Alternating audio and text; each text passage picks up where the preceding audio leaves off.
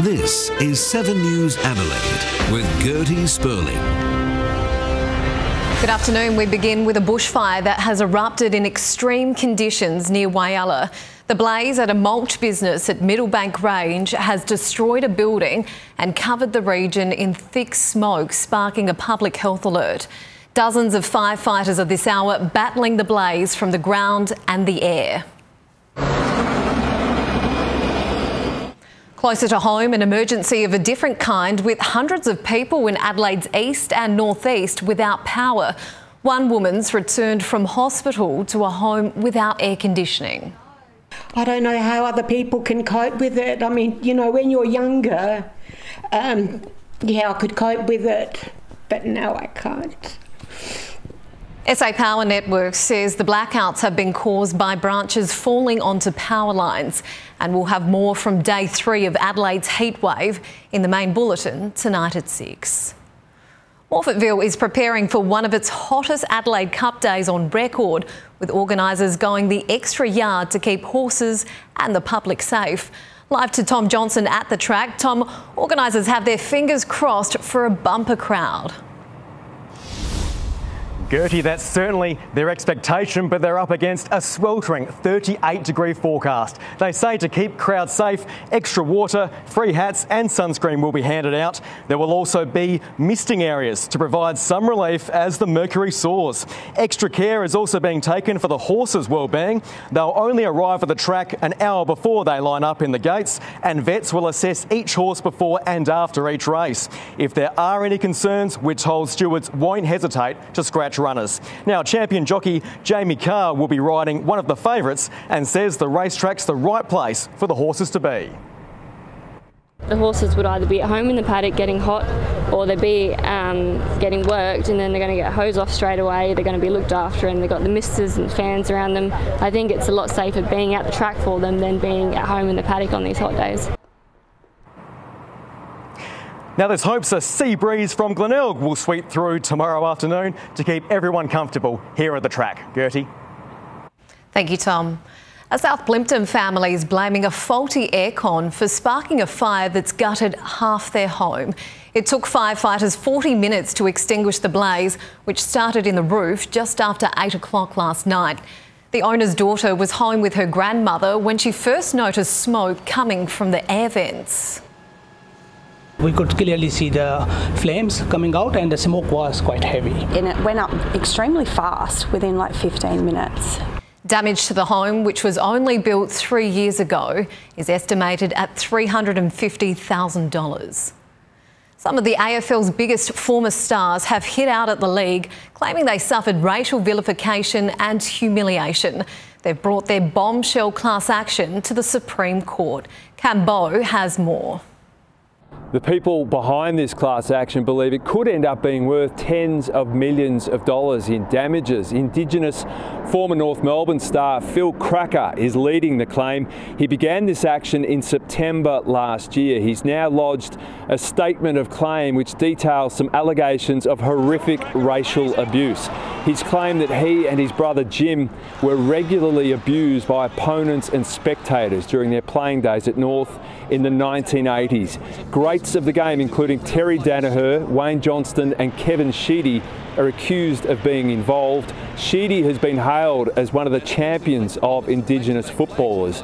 The lawsuit alleges that the AFL, then known as the VFL, breached its duty of care and failed to implement reasonable precautions.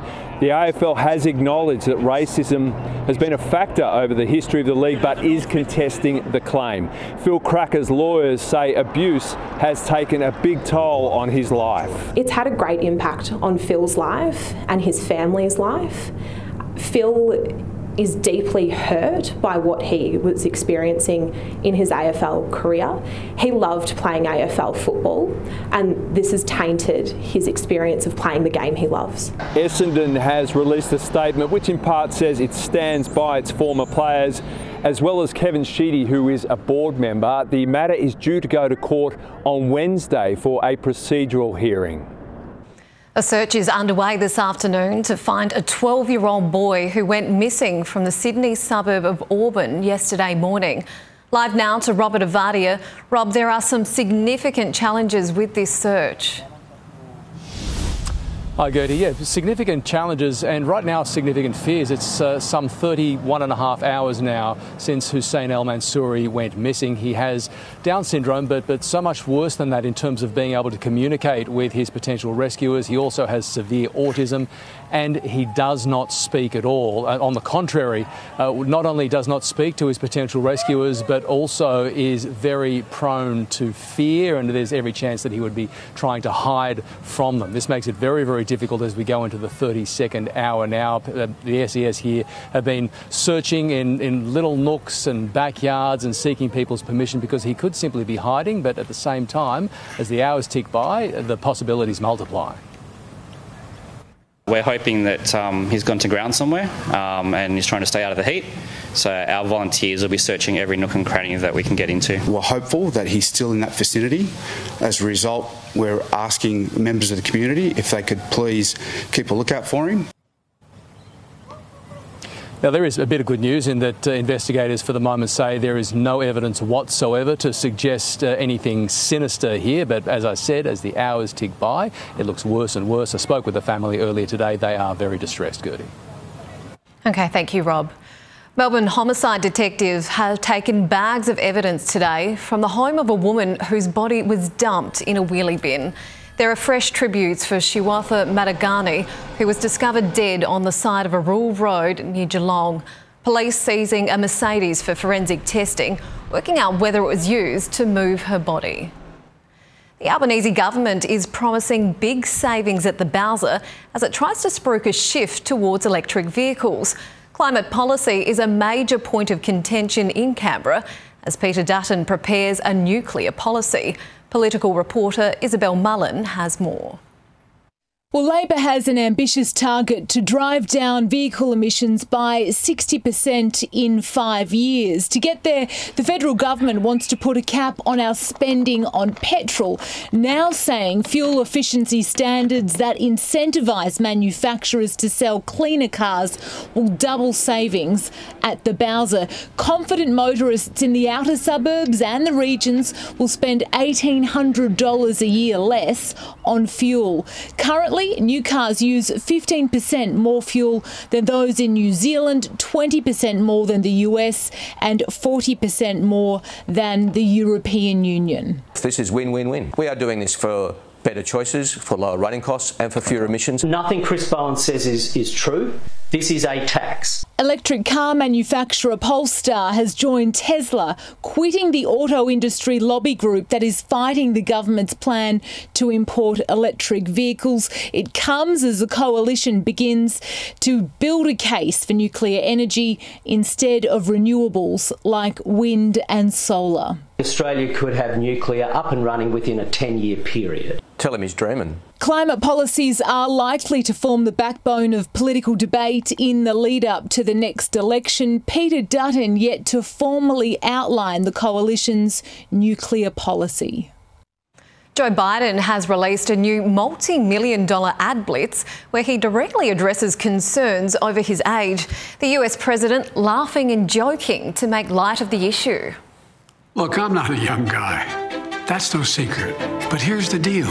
I understand how to get things done for the American people. Look, I'm very young, energetic, and handsome. What the hell am I doing this for?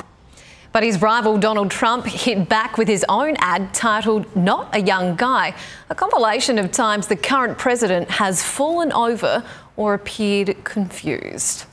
The gloves are off. A southern suburbs woman has gone to great lengths to save a tired bird from the Port River. Those pictures are ahead. Also concerns as a popular Australian YouTuber filming Australia's most dangerous suburbs sparks street mayhem. Encore, the Premier's WOMAD pledge and Harry and Meghan's heartwarming surprise.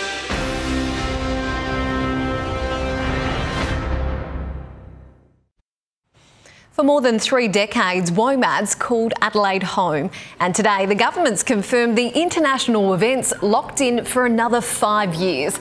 It comes as 4-day ticket sales for the festival reach an all-time high. With this new agreement, it will continue to evolve, develop and excite. There's nothing else like it, not just in Australia, but worldwide. More than 9,000 hotel rooms were booked out across metropolitan Adelaide last night, which follows a record-breaking February for hotel occupancy. Queensland Police are on the hunt for hoons who attacked police cars during an out-of-control riot yesterday. The popular YouTuber who sparked the violence has left Logan, laying to rest fears of another outbreak. Jade Richards reports. Good afternoon. Police are searching for several people involved in what's being described as a large hooning event in Logan yesterday. Video has been released to help identify them. One man can be seen kicking a marked police car and another throwing a bottle at the windscreen. The gathering saw around 350 people shut down parts of Waterford West, hooning and travelling from street to street in a large crowd. Police were called in but were clearly outnumbered. 3 police cars were damaged, but no officers were injured. Only one person has been arrested so far, a 20-year-old man charged with willful damage of police property. I expect there to be several more arrests. Those people that go there to create that sort of public unrest will be dealt with. I think a few of these people probably think that they're little tiny cockroaches who like to hide in the dark. Well, the message for you is that the spotlight of the Queensland Police Service will be shining your way very soon. The event was attended by Aussie YouTuber and rapper Spurling, who posts videos visiting notorious neighbourhoods. There was talk of another meet-up on the north side of Brisbane today. Police were on standby, but Spurling has since told followers he's headed home to Sydney. The Robinvale Euston water skiing race, which straddles New South Wales and Victoria, is cancelled today after a competitor died. 42-year-old father of 2, Matthew Arnell, was seriously injured while water skiing on the Murray River. Paramedics administered CPR, but he couldn't be revived. He's being remembered by friends and family as a gentleman and a legend. A southern suburbs woman's gone to extraordinary lengths to rescue a bird struggling in the Port River. Kirsty Holt saw the pigeon in distress and immediately swung into action, jumping into the water to grab the bird, which perched on her hand as she paddled back to shore. Initially I thought it was going to struggle a little bit more, but then once it realised I was there to help, it just sat on my hand and I was able to just lay on my back and kick my way back to the dock. Her partner Alex filmed the rescue dash and says she couldn't believe what she was seeing. I was also very proud that she was able to go rescue this pigeon that was out in the middle of the river. The pair placed the pigeon under a shady tree so it could gather its strength. That is one very lucky pigeon. Still to come on 7 News, Abba will join us with sport as we catch up with a power young gun ready to take the next step. And the Reds come undone yet again.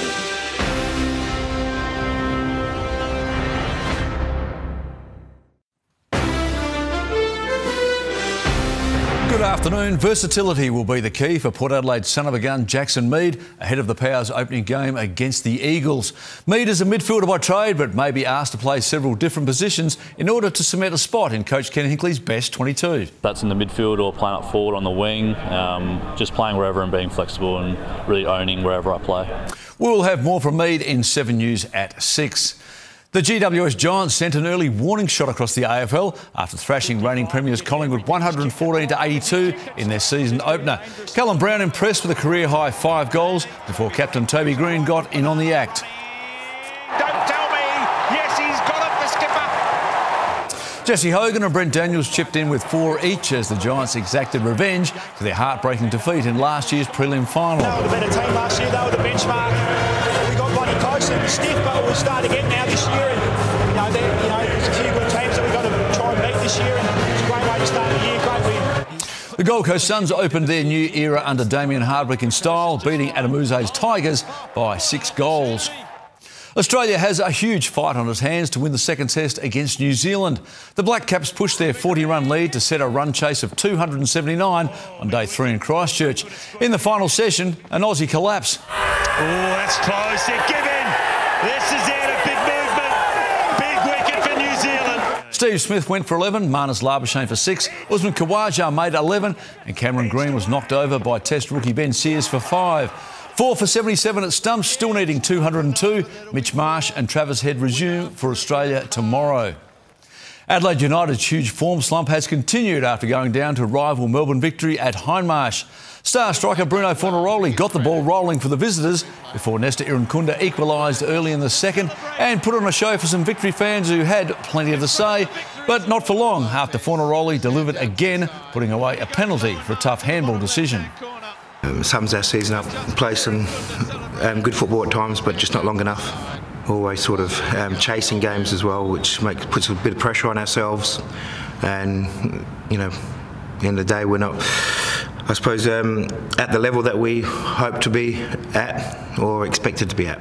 The loss leaves the Reds second last on the ladder ahead of the Jets on Friday night in Newcastle. Arsenal shot to the top of the Premier League table with a 2-1 win over Brentford despite a first-half blunder from keeper Aaron Ramsdale. Extraordinary. Oh, absolutely extraordinary. Kai Havertz saved Ramsdale's blushes with an 86th minute winner as the Gunners moved 1 point above Liverpool.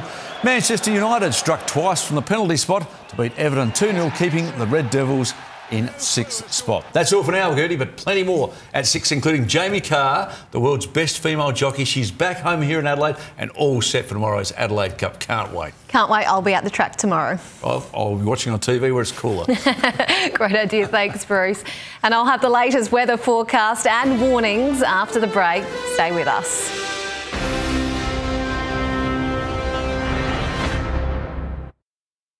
Hello Australia, this week on Sunrise, a cost of living exclusive, rolling back the years and the prices. 50% off your favourite brands in a pioneering pop-up sale. Watch to find out where and when. Show me the money! Why cash can still be king. By not using it, Australians are now paying over $1 billion in fees. The fight to keep cash before the banks take even more. Monday, it's Oscars Day, live and exclusive on the red carpet. Your VIP pass to Hollywood's biggest event. Start with Sunrise. Mike Smithson has our main bulletin at 6. And Smitho, what's coming up? Well, Gertie, the show must go on, but it's going to be a hot one for the Adelaide Cup, as we know, for the punters and the horses. We have timely advice for those attending the races and the extreme precautions being taken. A nasty spate of vandalism in the western suburbs has residents on edge. Car windows are the target. Remember the taxpayer-funded air purifiers in schools during COVID? Well, they cost plenty, but you might be disappointed with the results. And in Flashback, we take a deep dive into the state's rich history of submarine construction. It wasn't all smooth sailing, as we say, up Periscope. That's what we say. OK, thanks, Smitho. Prince Harry and Meghan Markle have made a surprise visit to the family of a teacher killed in the Texas school shooting. The royal couple singing happy birthday to one of the family members of Irma Garcia, who sacrificed her own life for her students in Uvalde in 2022. Happy birthday to you. Happy birthday to you. Meghan Markle laid flowers at the Uvalde Memorial 2 days after the attack that killed 21 people. To the weather now, and it was dry, sunny and very hot across much of the state. In the city, it was slightly warmer than first expected. After a low of 27 degrees, we hit a top of 39 around 1:30 this afternoon. Right now, it's still 37. Around the country, a cold front's pushing over Tassie and triggering some drizzly showers. Currently, it's just 16 there. Very hot and mostly sunny in Melbourne. Sydney sitting on 27 at the moment. Similar conditions in Brisbane this afternoon. Warm and sunny over in Perth. It's currently 28 there. A high pressure system's driving the hot northerlies over our state. A trough will push inland overnight, bringing some relief. Tomorrow, looking very hot and dry. There's the slight chance of some isolated showers near the WA border. Winds will freshen ahead of a southerly change about the far west and southern coast later in the day. 40's the top for Coober Pedy and Ceduna, 39 for Roxby and Woomera. Mostly sunny and 36 for Port Lincoln, 38 for Whyalla, 40 for Port Augusta and Port Pirie, 37 for Clare, Edithburgh and Kingscote, 35 for Victor, 39 for Kadina, Renmark, Naracoorte and Mount Gambier. A severe heatwave warning's still in place across southern parts of the state, with extreme bushfire conditions forecast in half a dozen districts. In the city, balmy overnight, 27 degrees is the low. Then heading for a very hot top of 38 degrees, 36 the top for Glenelg. And I'll have more on Tuesday's mild change in the full forecast tonight. That's all the news for now. Mike will have all the day's top stories at 6 o'clock. From me, it's bye for now.